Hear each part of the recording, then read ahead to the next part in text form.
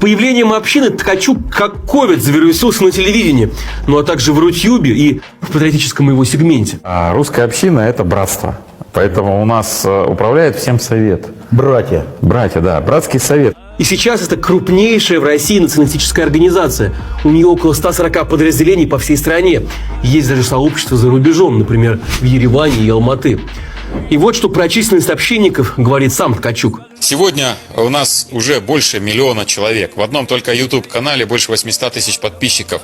420 с лишним тысяч это уже в Телеграме. Еще 250 тысяч перевалило уже давно в группе ВКонтакте. И, кстати, дорогие зрители из Алматы и Еревана, а как вам нравится вот такое соседство с такого рода организацией? У местных телеграм-каналов русской общины тоже большая аудитория.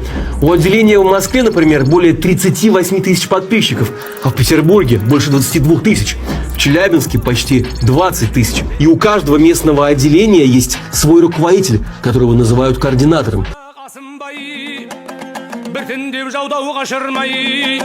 Білтілігі доп салмай, қозы жаурын оғалмай, атқанда оғы жоғалмай, балдағы алтын құрш болат, балдағынан қанға боямай, қасарысқан жауына, қанды да көбі жұтқызбай, халыққа тентек атанбай, ерлердің ісі бітер ме?